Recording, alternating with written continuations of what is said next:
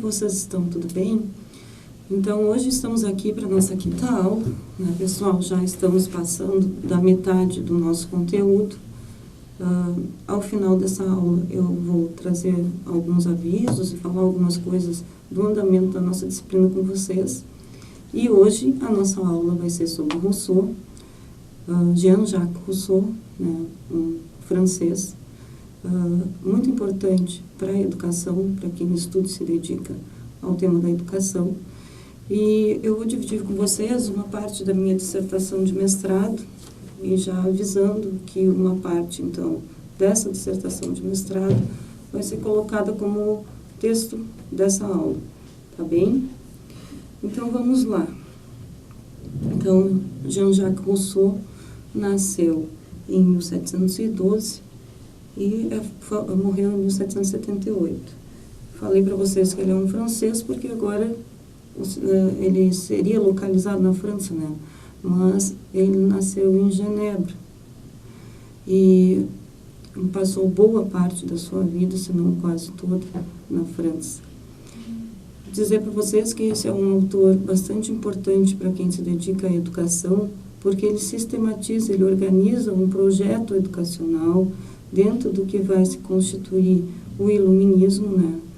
Então, um projeto voltado para o desenvolvimento da racionalidade humana, e ele vai organizar isso a partir do berço, né? Da educação da criança bem pequena. Então, esse é um grande diferencial.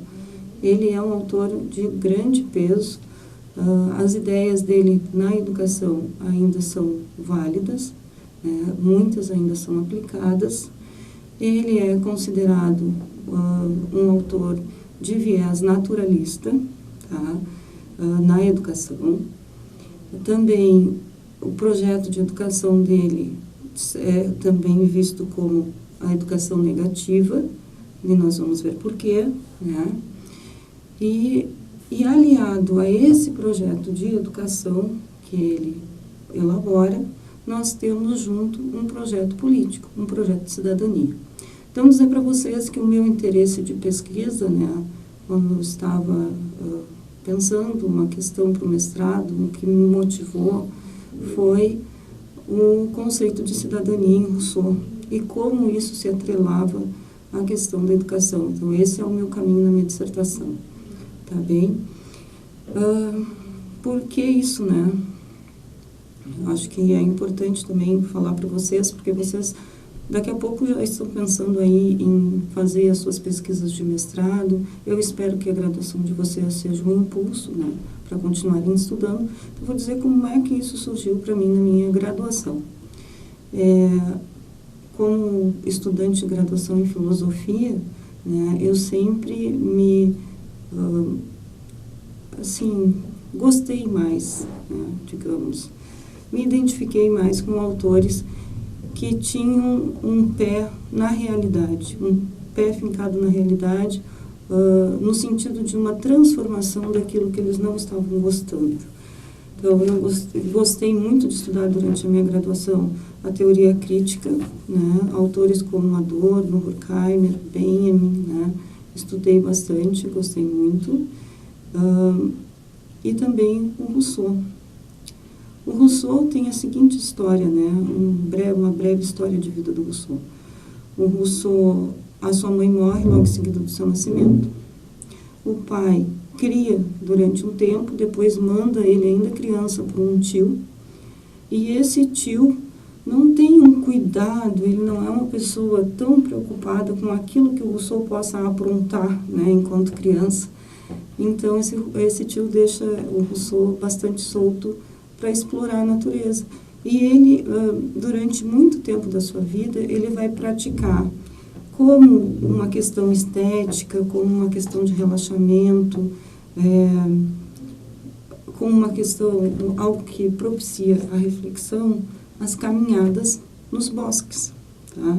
Então, Rousseau é um autor com bastante apego pela natureza. E ele começa, no seu projeto pedagógico também, a pensar como essa natureza pode influenciar a vida das pessoas, né? Enquanto são crianças, quando estão crescendo, como é que é essa educação voltada para as questões da natureza. então o Rousseau vai fazer isso, tá bem? Dizer para vocês que o Rousseau, então, viveu, né? Ele foi um jovem. Eu sempre digo que o Rousseau talvez seja o primeiro representante da nossa adolescência como a gente tem hoje, né? Porque ele levou muito tempo para amadurecer, ele teve várias atividades como profissão, né? Ele se recusava a aceitar ordens, ele não cumpria horários, ele era bastante insubordinado, a ponto de ficar trancado do lado de fora da cidade, né, as cidades muradas, na época de Rousseau. Então, ele saía para caminhar nos bosques e não chegava a tempo de adentrar a cidade antes que os portões ficassem fechados. Então, ele dormia às portas da cidade. Então, ele tinha uma má fama em relação a isso entre os seus compatriotas ali. Ele não era visto com muitos bons olhos, não tinha uma profissão, gostava de ficar perambulando, não cumpria horário, né? Bastante rebelde esse moço Rousseau. Então, com 30 anos ele vai para Paris, tá? E a saída de Rousseau a Paris, morar em Paris, é uma virada, né? Por quê? Porque ele sai de cidades, também na França, mas de cidades do campo, né, localidades que davam espaço para o bucolismo, para a melancolia, para os passeios na natureza, e ele vai para uma grande metrópole que é a Paris, tá? E fica apavorado. Ele se espanta com a sociedade parisiense, com a corrupção, com os vícios, né, com um pouco contato com a natureza. Também se espanta com a falta de empatia dos franceses uns pelos outros, né? Ele fica chocado com o que ele encontra. E isso faz com que ele ainda tenha mais vontade de escrever um projeto, né, para a educação dos homens do futuro, que modifique, que altere essa realidade, que faça com que o homem se importe não só mais com a natureza, mas também se importe com os outros e viva bem em sociedade, tá? Então, fica a dica para vocês lerem um pouco da biografia do Rousseau. Ele escreveu bastante coisa, ele escreve coisas até o fim da vida, né? Tem muitos livros publicados. Ele escreveu músicas, né? Ele é autor de peças de teatro, bem assim no espírito do iluminismo da sua época, tá bem? Ele morre, né? Quando ele morre com 66 anos, ele morre. E no final da vida ele estava sofrendo de alguma coisa parecida com algum tipo de transtorno. Ele tinha mania de perseguição, então ele se isola, né? Já tinha angariado muitos inimigos. E ele escreve um último livro que é bastante interessante, que ele vai fazer uma reflexão sobre a sua própria vida, que é Devaneios de um Caminhante Solitário, tá? Um pouco anterior a isso, né, é bom dizer, o Rousseau nunca casou, mas ele viveu com muitas mulheres. Uma delas, a Thérèse, né, uma francesa, não era de uma estirpe, né, privilegiada da sociedade, então o Rousseau nunca assumiu o seu relacionamento com ela, embora tenha tido 5 filhos. E eu já digo isso logo de saída, né, porque o Rousseau entregou todos os 5 filhos à roda dos expostos, ele não criou nenhum. E aqui também já quero eliminar um preconceito com relação à obra desse autor, que é não considerar o pensamento dele sobre educação a partir do homem que ele foi, né? Ele era um miserável, alguém que nunca teve muito dinheiro, vivia bastante de favores e de trabalhos ocasionais e da venda dos seus livros, poucos, né? Porque ele era bastante polêmico na época. E então ele tinha bastante consciência de que ele não poderia ser um pai bom.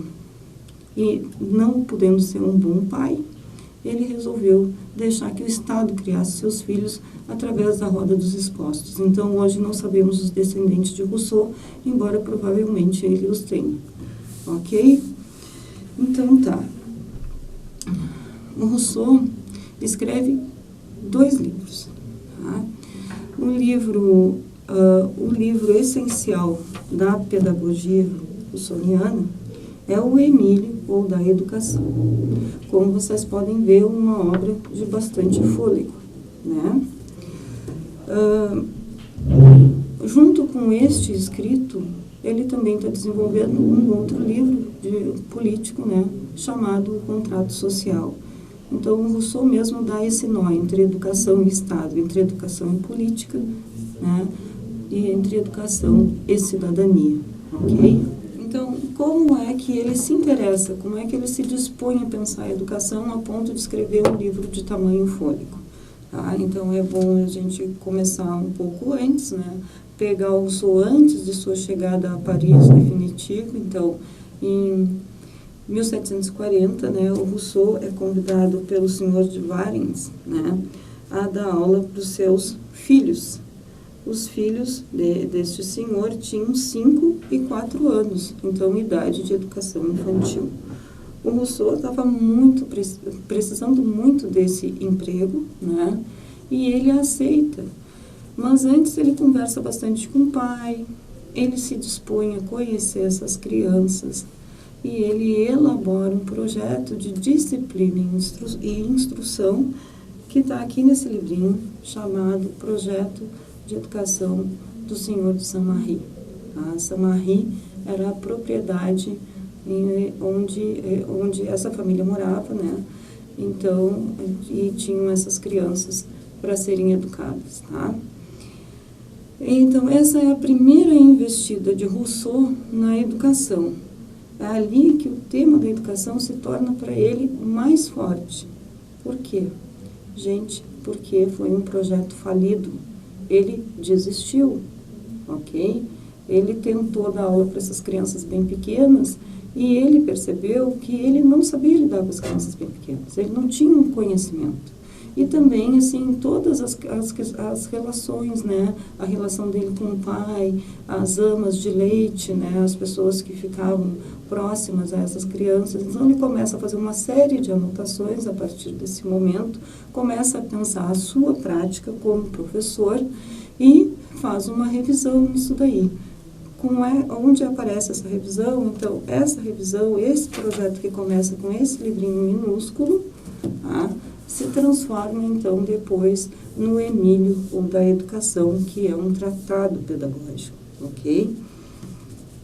Eu vou avançar um pouquinho aqui, para a gente poder pegar bem o ponto da nossa aula, que é, então, esse tratado pedagógico. Então, o Rousseau, no Emílio da Educação, ele vai começar a pensar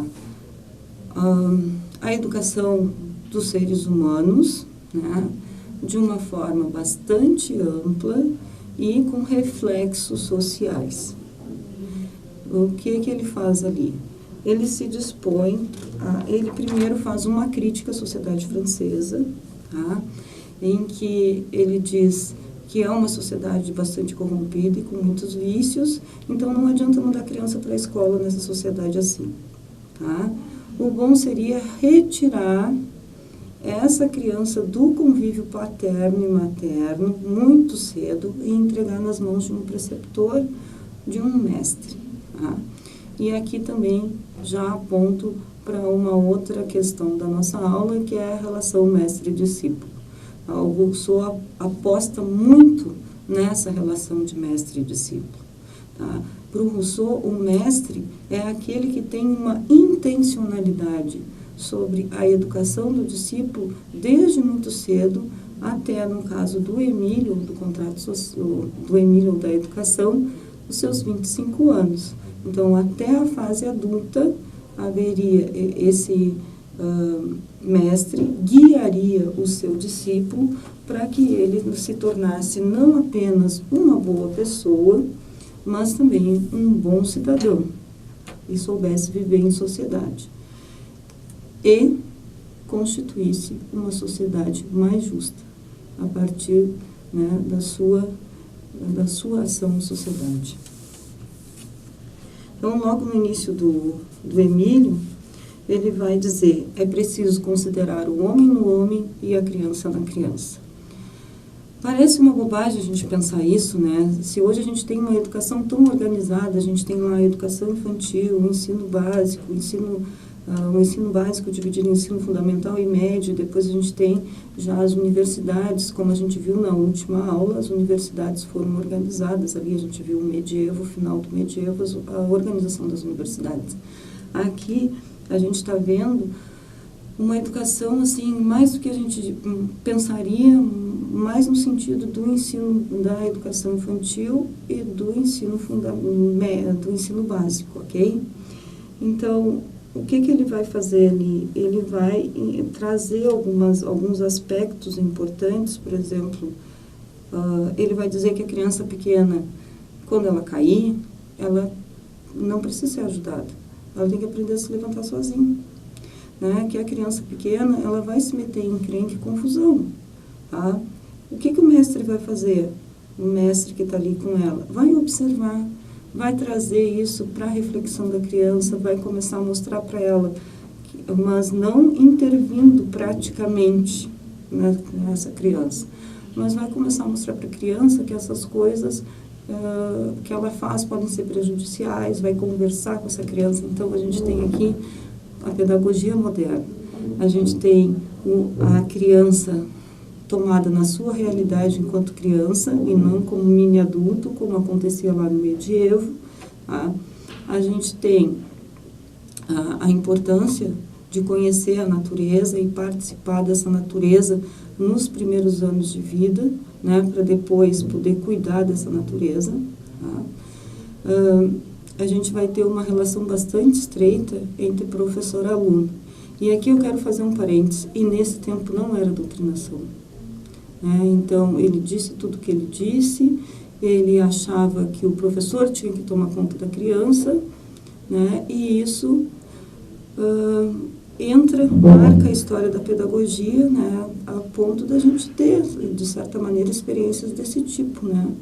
No Brasil isso não é permitido, mas em outras localidades as pessoas não precisam estar na escola, existem experiências, né, vocês podem procurar aí pela internet, vários países, por exemplo, o Canadá tem um sistema de tutoria, né, a criança tem um tutor, não precisa estudar numa escola, tá, e trago isso como uma coisa importante porque nós estamos pensando junto com as questões históricas, né, a questão da educação brasileira, e vocês sabem disso. Seguindo, então, tá? Pensar, então, o homem adulto é o homem adulto, a criança é a criança, e essa criança se divide em várias fases. Tá? O livro 1 do Emílio vai tratar da idade da natureza, justamente isso que eu estava dizendo anteriormente para vocês, né?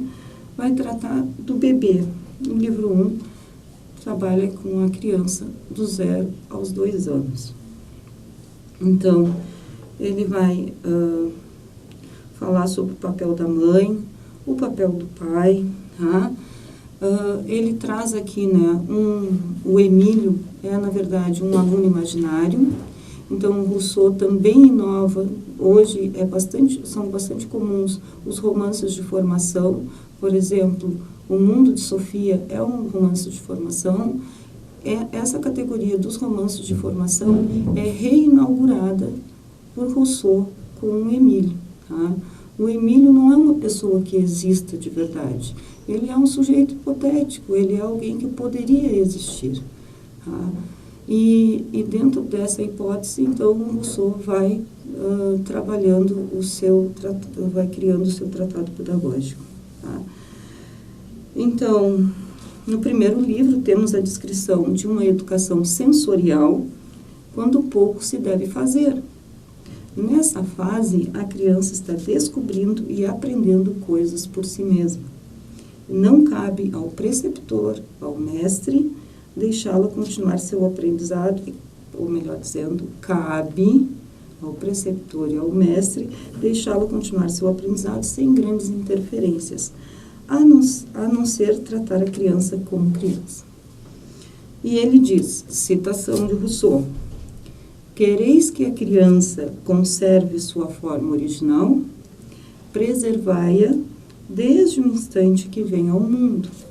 Assim que nasce, tomai conta dela, e não a deixeis até que seja adulta. Jamais terei êxito de outra maneira. Então, se apropriar dessa criança, não deixar que ela seja criada num meio social viciado, né, como eu já disse para vocês, é uma crítica à sociedade francesa. Então, não adianta jogar lá com todos aqueles vícios, mentiras, falsidades, ilusões, hipocrisia que ele via, né, na sociedade francesa. Tomar conta da sua criança, entregá-la para alguém de confiança e na educação sensorial, que é essa primeira educação do 0 aos 2 anos, deixar a criança ser criança, experimentar a natureza, experimentar as coisas do mundo, sem muita intervenção. Então, esse foi o livro 1. O livro 2 se chama A Idade da Natureza. Ele vai dos 2 aos 12 anos. É o segundo livro, também se chama A Idade da Natureza. Tá? E aí a gente tem, então, uma distribuição bastante diferente ali, né? Mais organizada, né? Que é, a gente tem a educação da sensibilidade, a educação moral, a educação intelectual, a educação do corpo, a educação sensorial e esses 5 modos de educação. Então, nesse livro 2, por exemplo, ele vai trabalhar assim, ó, como é que se trabalha a educação da sensibilidade, o que ele pensa na educação da sensibilidade, que é o que inaugura o livro, né? Então, ali, dos 2 aos 12, essa educação da sensibilidade corresponderia à fase ali da saída dos 2 anos da criança, né? Então, como trabalhar com o choro e com os gritos, né? O bem-estar da liberdade e a dependência das coisas, tá? Depois, quando dá uma crescidinha, já se pode começar uma educação moral por máximas gerais, tá? Pode-se mostrar exemplos, né? E como o que é agir com propriedade, o que é buscar a verdade, o que é a verdade, né? O que é a caridade. Depois, a educação intelectual, tá? Partindo do interesse sensível. Então, partindo daquilo que é de interesse da criança na natureza, né, através da sua sensibilidade, começar a dar uma instrução, uma educação intelectual. Tá? Então, crítica das palavras, crítica da história, crítica das fábulas de La Fontaine, e ele recomenda nada de livros antes dos 12 anos. É bem interessante, porque como Rousseau queria, né, criar uma pessoa que não tivesse vícios, né, esses vícios poderiam vir através da leitura também, porque os livros retratam uma sociedade, eles trazem, os autores colocam coisas da sociedade ali, e o Rousseau não queria nada disso. Qual o livro que é recomendado depois por Rousseau? Robinson Crusoe. Rousseau era um grande fã, né, entusiasta do Robinson Crusoe. E se vocês pararem para pensar, lembrarem, quem não leu, leia, é um livro bem interessante, né? O Robinson Crusoe é aquele que fica perdido na natureza, né? Perdido, ele é um náufrago, ele fica numa ilha durante muitos anos. E ali, então, ele precisa aprender a sobreviver nessa ilha sem os recursos que ele teria numa cidade. Então, ele aprende sobre a natureza na experiência. Essa é a questão da educação do Rousseau.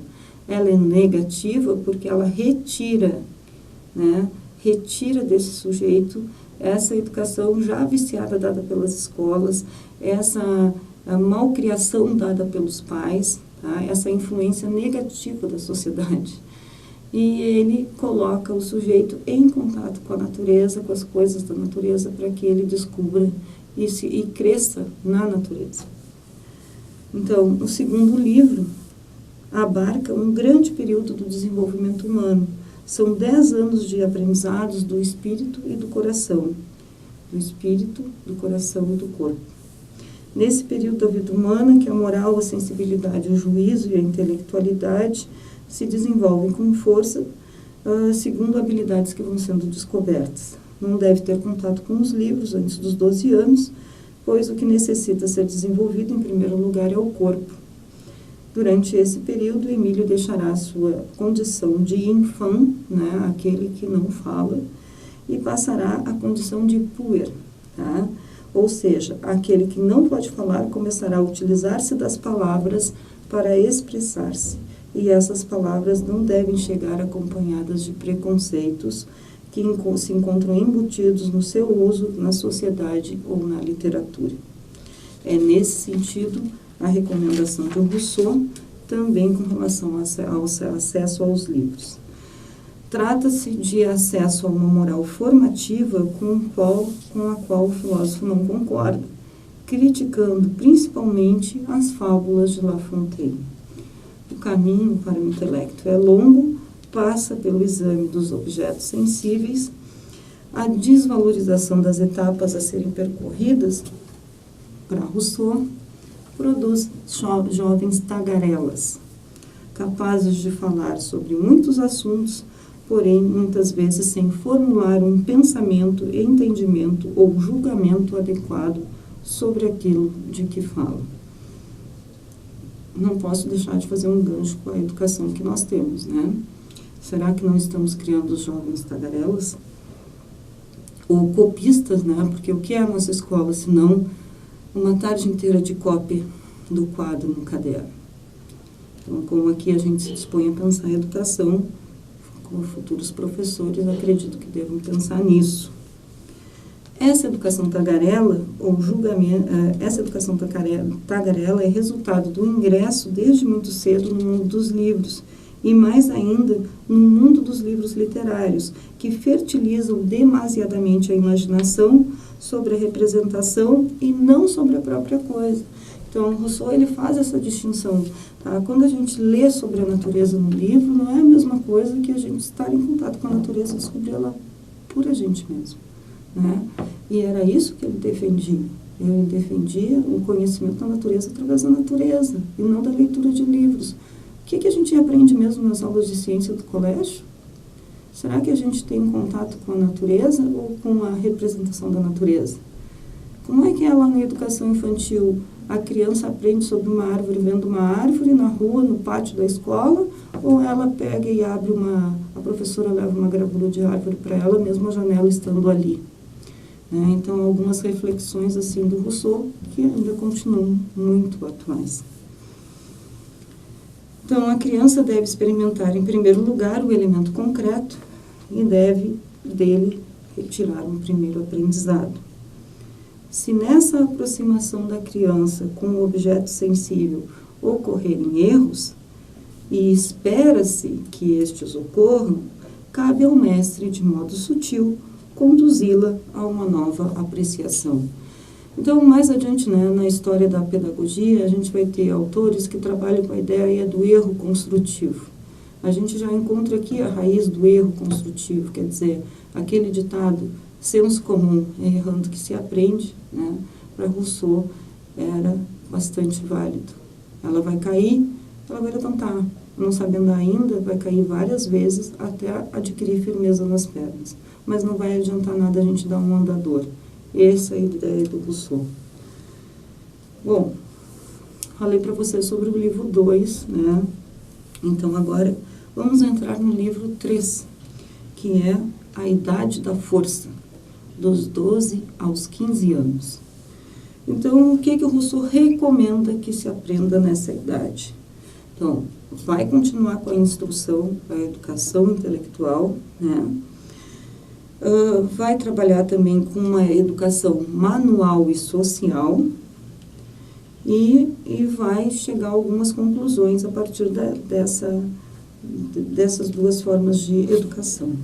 Na educação intelectual, né, vai privilegiar as experiências e não as palavras ainda, a construção de máquinas, a importância do princípio de utilidade e aqui, então, como eu já tinha dito antes, né, antes dos 12 nenhum livro, a partir dos 12 qual livro? Robinson Crusoe. Sobre a educação manual e social, né, contra os preconceitos, a hierarquia dos ofícios, uma educação para a sociedade, como comportar-se, né, socialmente, e a necessidade de aprendizagem de ofícios manuais. Tá? Aqui, então, a escolha da profissão. Então, se a gente olha para o hoje, né, então era bastante precoce essa noção que o Rousseau tinha de quando é que a gente escolhe a nossa atividade, quando é que a gente escolhe a nossa profissão. Então, aqui, né, um ofício já é dado ao Emílio, já é proporcionado ao Emílio, que é o ofício de marceneiro. Tá? Então, mesmo que mais adiante ele não se desenvolva tanto intelectualmente, talvez, né, eu não vou antecipar aqui, o que a gente tem aqui? A gente já tem uma pessoa que tem algo que possa fazer no mundo, se defender, ganhar o seu dinheiro. Então, só para deixar uma citação aqui do livro 3 para vocês, né? Ele diz, o animal que cresce ainda absolutamente fraco, torna-se relativamente forte. Essa é a ideia do livro 3. Quer dizer, aquela criança pequenininha lá, aquele bebê, né? Foi educando, foi crescendo, um processo gradual de fortalecimento. Aqui ele já não é tão fraco. Aqui ele já pode começar a se defender no mundo. Ok? Então, ele está tratando do desenvolvimento das faculdades, como inteligência, sensibilidade e moralidade. E este momento é muito determinante para o que vem a seguir. Tá? Aqui o seu discípulo, através sempre da experiência, começará a elaborar inferências. E todo o trabalho anterior irá aparecer através da capacidade de Emílio de apresentar juízos sobre os diversos assuntos. Essa maturidade intelectual, que é apresentada, precisa continuar sendo guiada em uma boa direção. Nada mais justo, então, que o discípulo a canalize para o aprendizado de um ofício, uma profissão que lhe permita mais tarde ocupar seu espaço no mundo. Então, essa é a ideia, né? Um conceito importante que vai aparecer em Rousseau é o conceito do bom selvagem, né? Esse retorno à natureza proposto por Rousseau, ele é um retorno aos primórdios, lá quando o homem, lá no início das nossas aulas, quando o homem vivia em contato com a natureza, ainda não estava nas cidades de forma tão determinante, assim, né? E então o Rousseau tem por ideia trazer à tona esse bom selvagem. Ele é um bom selvagem no sentido que ele preserva essa natureza, mas ainda assim ele vive na cidade, ok? O livro 4 é chamado A Idade da Razão e das Paixões. E ele vai dos 15 aos 20 anos. Então, vocês vejam assim, né? Rousseau não estava tão errado com relação à distribuição das faixas, né? Do que move cada período da idade humana. Então, aqui, olha, dos 15 aos 20 anos, ele vai começar a falar dos namoros, das paixões, né? Ele vai falar da educação sexual, se não me engano, aqui nesse livro também, né? E é basicamente o que ainda temos, né? Embora alguns um pouco antes, comecem um pouco antes, outros um pouco mais tarde, né? Mas basicamente aqui temos um jovem de hoje ainda. Então, um livro bastante atual. Então, o que ele trabalha no livro 4? A educação do ser moral, a educação sexual, que vai da piedade à sociabilidade. Então, ele já se comoveu com as pessoas, ele já se aproximou da natureza. Agora, então, que ele tem formado nele essa empatia, ele pode, então, ir se inserindo socialmente. Tá? O estudo da história e das paixões, a benevolência, problemas da educação religiosa também. Ele vai trabalhar, então, com a educação religiosa. Aí tem uma parte bastante importante que a gente não vai ver aqui, mas fica a dica de leitura, que é a profissão do vigário saboiano, né? E ali ele vai falar, então, sobre uma religião natural, que é bem interessante. Na aula passada a gente trabalhou sobre o cristianismo, aqui a gente pode ter um contraponto. Tá? Depois ele vai falar sobre as religiões reveladas, né?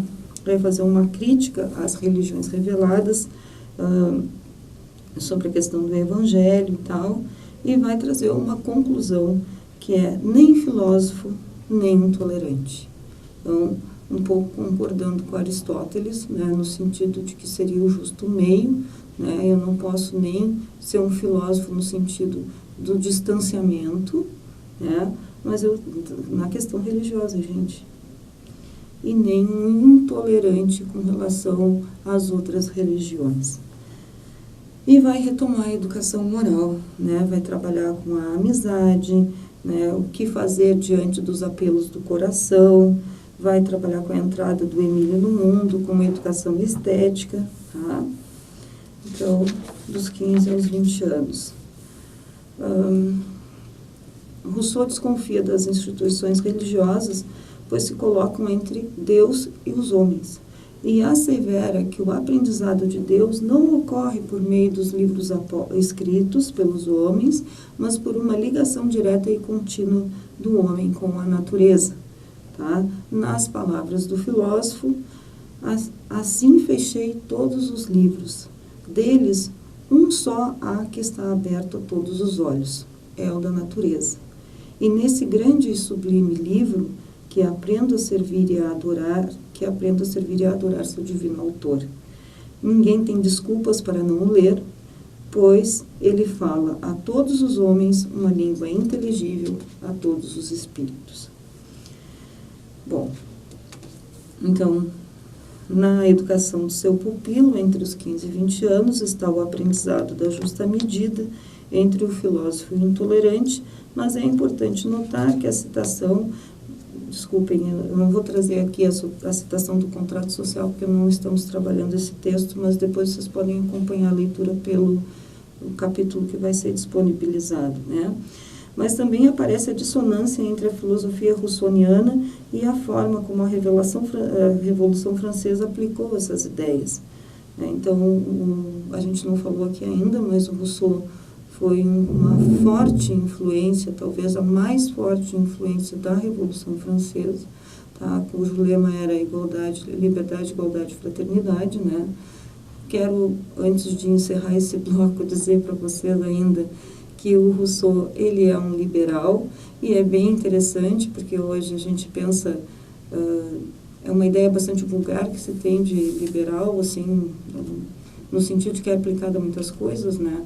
Mas a gente não faz as distinções sobre o liberalismo econômico, liberalismo político. Então, aqui a gente tem um liberalismo na educação, tá? Ligado exatamente ao conceito de liberdade, bastante vinculado a esse conceito de liberdade.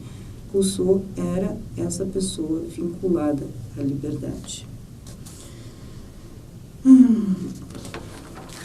No livro 5, então, finalizando, né, o nosso breve estudo de Emílio, ou da educação, vai tratar da idade da sabedoria e do casamento. Então, no livro 5, a gente foi até os 20 anos, o Rousseau acompanha, né, o Emílio até os 25 anos, e dentre as atribuições dessa faixa etária, dos 20 aos 25 ali, há a condição de escolher uma boa esposa, porque alguém que recebeu uma educação tão diferenciada e refinada precisa encontrar um par, né, para crescer em sociedade, né? Ele precisa multiplicar essa sociedade, então tem que encontrar alguém parecido com ele, que tenha tido uma criação para a natureza, né, para a liberdade, livre dos vícios. Então, ele vai ajudar o seu pupilo a escolher a sua esposa. Olhem que interessante, né? Isso não está narrado no Emílio, existe um outro livro, né, que é o final do Emílio, que é a história do Emílio um pouco trágica depois, né, nessa continuação, que é Emílio e Sofia, né? Finaliza, então, o Emílio, é um livro bem fininho, como o projeto para a educação do Senhor de Saint-Marie. O Rousseau não consegue acabar de escrever esse livro, ele morre antes, né? Mas ali ele aponta que a sua desilusão com o projeto educacional, porque o que ele diz ali? Bom, o Emílio se tornou um escravo no navio, se separou da esposa ideal e a vida segue. A gente não sabe como é que terminou, porque o Rousseau morreu antes de terminar o seu livro. É bastante trágico, bastante atual. Então, no livro 5, ele escolhe a Sofia, né? Ele dá esse nome para a mulher, né? Para a mulher ideal do Emílio. Vai falar sobre a diferença entre os dois sexos, vai trabalhar com a educação intelectual e estética da Sofia, a educação religiosa da Sofia, moral, né? A Sofia como uma mulher comum e não uma mulher da corte, né? E vai trazer o Emílio diante da Sofia, a escolha de um esposo, o encontro, o desenvolvimento do amor, a separação, tá? E até chegar ao casamento. Então, de todos os livros do Tratado de Educação, este é o mais relevante, pois está diretamente relacionado com a questão da pesquisa que eu fiz, né? Que é a questão da cidadania, porque então o Emílio estaria pronto para viver em sociedade, teria tido uma educação que permitiria que ele transformasse a sociedade em que vivia, né? E teria então casado e se reproduzido com a Sofia, permitindo que essa sociedade se ampliasse. Ok? Então, é a passagem da teoria pedagógica para a teoria política, né, que está mais claramente exposta no final da obra, e que podemos localizar no início na fala do mestre sobre as viagens. Então, essa parte aqui, pessoal, eu vou disponibilizar, como eu já disse antes, né, esse texto para vocês. A gente vai discutir, provavelmente a gente tem um fórum sobre o Rousseau e as questões atuais da educação, acho que é bastante pertinente, tá? Uma aula de Rousseau é pouco, né? Dito por uma pessoa que pesquisou Rousseau e sabe bem disso. Mas, assim, é o início da graduação de vocês e eu espero que vocês se dediquem ao longo da sua graduação a investigar mais o tema da educação, ok? Então, eu quero, só para finalizar nossa aula aqui, dizer para vocês que o Fórum 3, Educação e Religião, está disponível. As participações ainda não estão muito boas, quer dizer, ainda estamos com poucas participações, 36, se não me engano. São poucas, né, gente? Mas quero agradecer pela participação no Fórum 2, foi um fórum bem importante, bastante rico, né? Acho que podemos ali discutir muitas questões interessantes, vocês colocaram um pouco do seu pensamento sobre essa vinculação da educação com o Estado, né? E dizer para vocês que estudem sempre os complementos, né? Porque vocês agora passaram por uma tarefa avaliativa que é objetiva, mas ao final dessa disciplina, então lá em janeiro, nós teremos uma avaliação que não vai ser nem objetiva e nem pela internet, né, gente? Ela vai ser presencial, vai ser uma prova e vocês precisam dos complementos, ok? Foi um prazer estar com vocês hoje, espero que tenham aproveitado a aula e até o nosso próximo encontro.